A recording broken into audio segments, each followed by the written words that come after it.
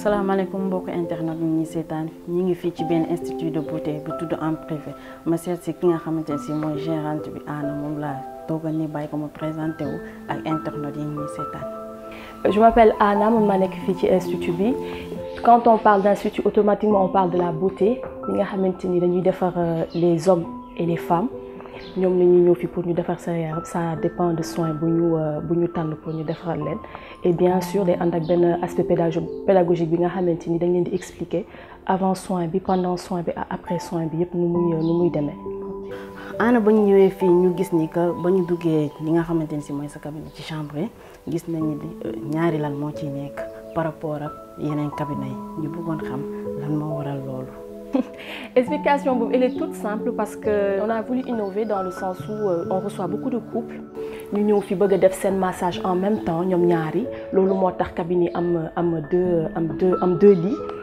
Cabine de soins, soins de visage, il y a des copines qui ont fait soins de visage parce que nous avons du wartan, du fort, du ré, tout ça dans une ambiance très cosy. Donc c'est un service qu'on leur offre et ça nous fait plaisir quand des couples ont la surprise de trouver des cabines duo, on les appelle des cabines duo.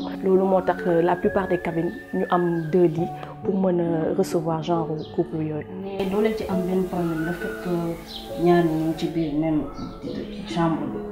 La plupart dañuy xamanté ñom ñoy ñëwondoor ñom mi sax ñoy buñu woté téléphone parce que ces cabines doubles nous ont boosté aussi d'une certaine façon parce que ñu bari couple yi dañuy woté je veux passer avec ma femme, on est en couple, on veut faire un massage, est-ce que vous pouvez nous recevoir tous les deux en même temps? Les dañ leen di recevoir dañ leen di lette nek ci ben cabine bi lañu bëgg nek, la plupart dañuy né waaw est-ce que amna, dañuy kontaan et du coup on est très heureux de leur offrir ce service bi nga xamanté les cabines à deux lits. Ana ñu constaté jamono ji que góor ñi ñuy gën a faral di épiler wu lan moo waral loolu. Effectivement, l'épilation homme c'est quelque chose de pas nouveau pour moi. Les hommes maintenant ils préfèrent venir se faire épiler comme les femmes. L'outar parce que tout simplement c'est plus professionnel. Et la plupart aussi góor yi dañuy def loolu pourquoi? Parce que c'est pour une hygiène corporelle. Par exemple, ñuy def natation wala footballeur yi duñu bëgg am poil parce que soit day ñagas wala daf leen di gêner seen biir maillot yi léegi sénégalais dañ koy def tubaab yi dañ koy def libanais dañ koy def ñëpp dañ koy def léegi. Certes ça fait un peu mal mais buñ démé ba tàmm ko ils ont plus de problème et puis le pousser poil bi ça reste beaucoup. Par exemple boo defee épilation tey balaa ngay ñëwaat da ngay xaar 1 mois 2 mois pour dellu soir pour defaat beneen séance épilation. Est-ce que loolu du danger ci homme? Non, pas du tout. Famille, la plupart, elles ont beaucoup plus l'habitude parce qu'il y a des gens. Mais Gori, sincèrement, on a plus de clients hommes en épilation qu'il faut le croire. Ok, amna solo. Mais ñu gis ni tamit ñi ngi dem ci li nga xamanteni ci moy fête décembre. Té yaakaar naa ne am nga li nga xamanteni ci préparer nga ko say clientèle. Maa ngi leen di parel ay surprise. J'aurai beaucoup de cadeaux surtout pour ma clientèle homme parce que j'adore ma clientèle homme parce que ce sont des gens yi nga xamanteni ils ont pas l'habitude de fouler di ñëw di jug ci institut mais ça su ñëwee fi dañuy kontaan parce que dañuy né c'est discret. C'est très professionnel, c'est propre et surtout bu ñu ñëwee fi fekk fi ay jigéen am nañu une façon de les recevoir bi nga xamanteni c'est très discret, ils font leurs soins tranquillement ñu génnaat dem seen yoon et mes esthéticiens sont très professionnels donc duñu toog di wax diw ñëwoon na fi de la ñëwoon na fi et on leur prépare de tout petits cadeaux qui font toujours plaisir parce que bu ñu ñëwee fi pour def seen soin balaa ñuy génn on aimerait leur offrir li nga xamanteni ak seddaay bi di ñëw nga xam ne moom la ñuy mën a jëfandikoo tous les jours pour qu'ils essaient de penser à nous parce que ñu ngi jàll ci at bu bees bi ak pour fête itam pour ñu mën a nekk dans leur plus beau bonheur. Non pas du tout jigéen ñi dañuy fay góor dañuy fay parce que c'est juste pour leur dire que am na institut pour ñoom pour góor yi. C'est pas parce que dañuy ñëw dañ leen di defaral yëfu jigéen wala dañuy ñëw fekk fi ay jigéen yu bëre. On a une façon de prendre les rendez-vous pour nit ñi bañ fi fekkante de trop pour que tout simplement en privé c'est un concept, c'est une marque, c'est pas juste un nom comme ça. Quand on dit en privé, par exemple, on va pas rassembler 5 personnalités le même rendez-vous ñu nekk fi ñu daje fi.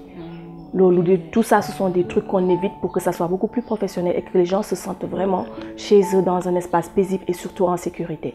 Mais muy góor muy jigéen ñi am nañu habitude de fi ñëw pour seen soins xam nañu institut bu baax mais damay ñaan pour ñu gën a andi monsieur yi pour ñu ñëw parce que on a ce qu'il faut pour les couples et pour eux.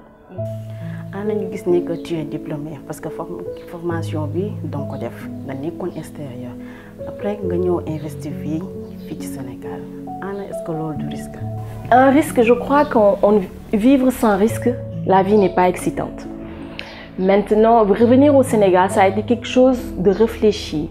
sachant que Sénégal laa nekkoon ma dem ma dellu siwaat et je crois que nga nekk fi dem dellu siwaat moo gën a métti parce que les gens attendent beaucoup plus de toi, ils sont beaucoup plus sur les détails, mais Sénégal sama dëkk la, j'aime mon pays et j'aime ma jeunesse surtout, j'aime ma génération, j'aime les gens avec qui j'ai grandi.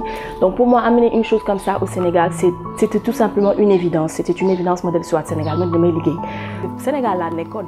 C'est mon premier diplôme esthétique fii laa ko amee. ñu bëri dañu foog ne extérieur laa ko amee mais fii laa ko amee ma dem ma dellu si waat. Mais chaque année, j'essaie de faire tout le temps des formations pour m'améliorer parce que la technologie dans l'esthétique, ça va très très vite. Et j'essaie de m'informer et de me former le maximum pour pouvoir ensuite andi ko fi Sénégal parce que les Sénégalais voyagent, ils savent très bien ce qui se fait à l'étranger, ils ont l'habitude de le faire, d'avoir qualité de service beaucoup. Donc on fait tout pour bu ñu nekkee fële bu ñu ñëwee fii qu'ils sentent pas trop la différence. Parce que ça sert à rien de faire l'esthétique pour faire l'esthétique si on n'a pas de diplôme, si on ne fait pas de cours, pour être assez pédagogue pour pouvoir bien faire son métier et en vivre. maa ngi leen di nuyu yéen ñëpp maa ngi leen di wax en privé, c'est pas que pour les femmes, c'est pour les hommes aussi. On a beaucoup de clientèle hommes et on compte sur vous pour être là pendant les fêtes.